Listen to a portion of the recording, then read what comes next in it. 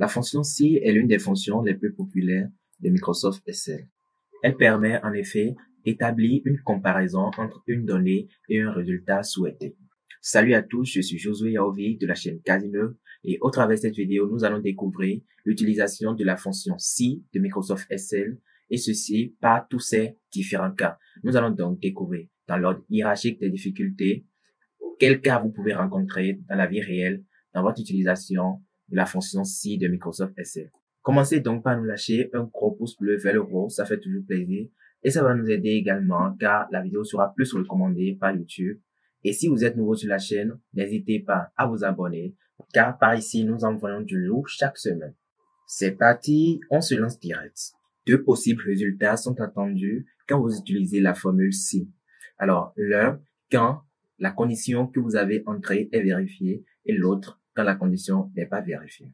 Alors dans ce cas, nous allons demander à Excel de nous renvoyer le chiffre 1 quand le genre de la personne située à gauche est féminin et de nous renvoyer le chiffre 2 quand le genre n'est pas féminin.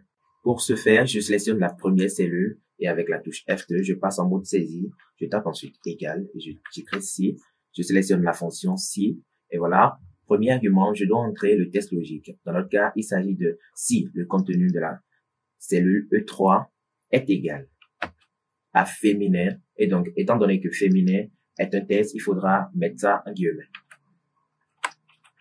Donc, féminin. Super. Ensuite, je mets point virgule. Et là, je passe au deuxième argument. La valeur si le test est réellement, si le contenu de la cellule est réellement égal à féminin. Alors, dans notre cas, nous avons dit 1. Donc, je mets 1 et je mets point virgule ensuite. Mais la valeur si la condition n'est pas vérifiée. Donc, je mets 2. Je ferme ensuite la parenthèse et je mets entrée. Voilà. Étant donné que dans E3, nous avons féminin, nous avons F3 qui nous retourne la réponse 1. Je vais donc uniformiser ma formule sur le reste de la plage. Voilà. J'ai donc dans le cas de E4, par exemple, la réponse qui est 2 parce que E4 contient masculin, pardon. Deuxième cas, nous allons demander à Excel de nous renvoyer une valeur après avoir appliqué une comparaison entre deux nombres. Alors, dans ce cas, nous allons comparer, voilà, les chiffres d'affaires à 40 000 euros. Alors, Excel va donc nous renvoyer la valeur 15% dès que le chiffre d'affaires est supérieur à 40 000 euros et la valeur 0% dès que le chiffre est inférieur à 40 000 euros. Alors, je commence donc par nettoyer ma plage. Et dans la première cellule, je tape égal, je mets toujours si, voilà, et je mets mon test logique qui est dans ce cas, si E20 supérieur à 40 000 francs. Donc, je tape E20 d'abord et ensuite, je mets supérieur. Nous allons ensuite sélectionner la cellule contenant les 40 000 euros. Alors ici, on aurait bien pu écrire directement 40 000 dans notre formule. Mais cette manipulation ou cette habitude pourrait nous porter préjudice le jour qu'on va décider de faire la même comparaison par rapport à 50 000 euros ou par rapport à une autre valeur. Alors, donc, c'est toujours mieux de créer une cellule indépendante pour ces genres de valeurs. Alors, il faudra également faire attention à figer les références de la cellule concernée puisque toutes les valeurs de la plage seront comparées à cette seule valeur. Il faudra donc taper sur la touche F4 pour figer les références avant de mettre point virgule pour passer au deuxième argument qui est la valeur si la condition est vérifiée. Donc 15%, point virgule ensuite 0%. 0%, je ferme la parenthèse et je tape égal. Voilà, j'ai donc Excel qui me renvoie 15% étant donné que ma valeur sont 15 000 euros est bien supérieure à 40 000 euros. J'incrémente donc sur le reste de la plage et voilà, oups, j'ai mes réponses, mes résultats qui sont bien affichés. Un autre cas, nous allons demander à Excel de nous renvoyer des caractères de test après avoir comparé une valeur dans une cellule. Alors ici, nous allons demander à Excel de nous renvoyer la valeur féminin lorsque le caractère présent dans la cellule E est égal à 2 et de nous renvoyer la valeur masculin lorsque cette valeur est différente de 2. Je commence alors par nettoyer la plage de données et tout en sélectionnant la première cellule, je tape égal si. Voilà, je tape mon test logique qui dans notre cas est E3 égal à 2. Étant donné que c'est un chiffre, pas besoin de mettre ça entre guillemets, je tape point virgule et je mets ma valeur chiffrée. Ma valeur chiffrée ici, c'est féminin. un test, donc entre guillemets. Je mets féminin, féminin. Je ferme les guillemets et point virgule. Valeur s'il faut maintenant, masculin, toujours entre guillemets.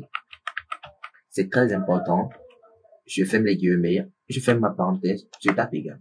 Voilà, j'ai donc SL qui me renvoie le résultat féminin étant donné que le numéro de sécurité ici est 2. J'incrémente et j'ai donc des valeurs qui sont bien réelles et justes.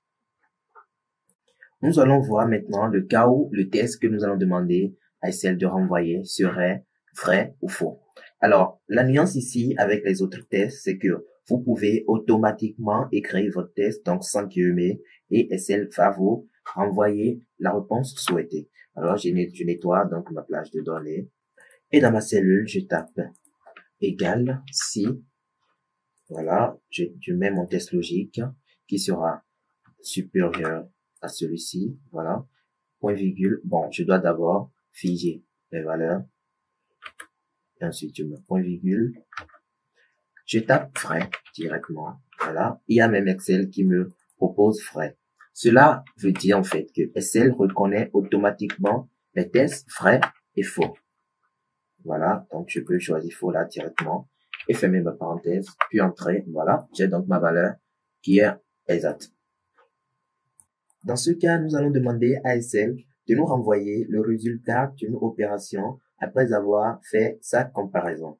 Alors, nous allons donc demander à Excel de calculer le revenu de ses employés en vérifiant si ces derniers ont validé le seuil de bonus.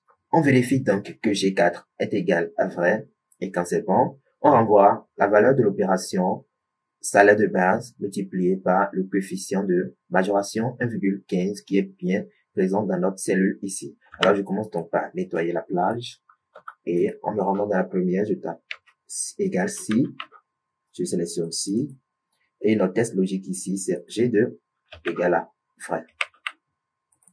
Je mets ensuite point virgule pour passer au deuxième argument, valeur si vrai. Alors, la valeur si vrai ici, c'est STB, donc F4 multiplié par cette valeur, le coefficient, donc multiplié par H2. Donc, ce qui ne change pas, on va donc figer les références de cette cellule avec la touche F4. Voilà. Maintenant, point virgule, valeur s'il faut. Alors, la valeur s'il faut, c'est que le salaire de base reste inchangé. Donc, F4 également. Donc, je ferme la parenthèse, je tape égal. J'incrémente ma formule et voilà, j'ai donc mes valeurs qui sont bien présentes. Dans ce cas, nous avons vrai et nous avons alors ici 17 000 euros et dans les autres cas, ici par exemple, 15 000 euros. Dans ce cas, nous allons demander à Excel de faire une comparaison, de nous renvoyer la réponse d'une opération si cette comparaison est vérifiée et ensuite de ne rien envoyer lorsqu'elle n'est pas vérifiée. Je commence par supprimer les contenus de la plage. Je tape égal dans la première cellule, égal si. Je sélectionne si et j'entre le test logique qui est dans notre cas si la valeur, le contenu de la cellule G4 est égal à vrai. Alors, appliquer.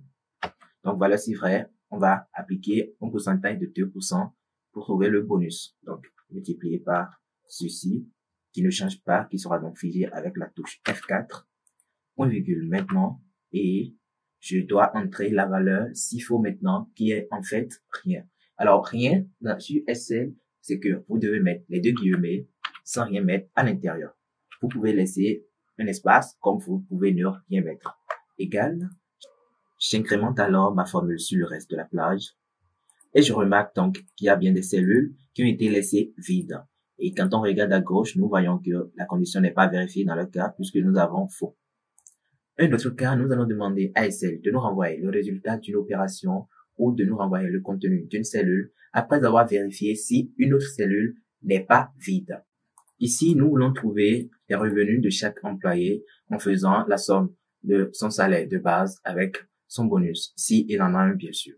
Alors, nous allons donc vérifier que la case des bonus n'est pas vide pour chaque employé. Et dans le cas où cette case ne serait pas vide, on fait donc la somme du bonus et du salaire pour trouver son revenu. Alors, je commence par taper égal, je mets si, et ensuite, je mets mon test logique qui sera si le contenu de la cellule ou bien si la cellule H4 n'est pas vide. Et pour mettre ne pas vide sur Excel, vous devez mettre les deux signes inférieurs et supérieurs à la fois. Alors, n'est pas vide, donc je dois mettre vide, qui est marqué par les deux guillemets avec rien du tout. Et je mets donc point virgule pour passer au deuxième argument. Il s'agit ici de la somme du salaire de base et du bonus. Donc, je fais ça plus ça. Je mets ensuite point virgule et valeur s'il faut. Il s'agira de mettre uniquement le salaire de base. Donc, je tape salaire de base, je mets égal et je mets entrée. Voilà, j'ai donc la somme qui est bien effectuée. Dans notre cas ici, quand je vais incrémenter, voyons. Alors, dans notre cas ici, nous voyons 15 000 directement, étant donné que cette cellule est vide. Nous allons maintenant voir les cas possibles d'erreurs que vous pouvez retrouver dans votre utilisation de la formule C. Alors, nous commençons par le cas le plus courant et le plus rationnel. Alors, quand vous obtenez ce code erreur sur Excel, c'est que carrément votre formule a été mal orthographiée. Par exemple, quand je regarde dans la barre de formule ici, il y a I au lieu de C. Donc, si je mets S, je vois que automatiquement j'ai ma réponse.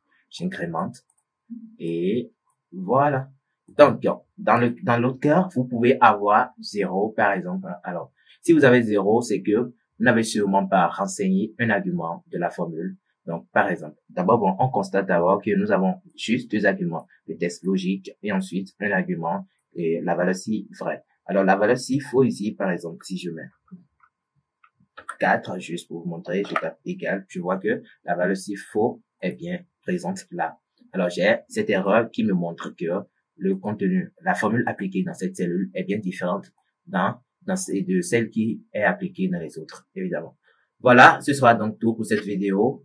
N'hésitez pas à nous lâcher un gros pouce bleu vers le haut si elle vous a aidé et de vous abonner à la chaîne car par ici, nous postons du lot chaque semaine.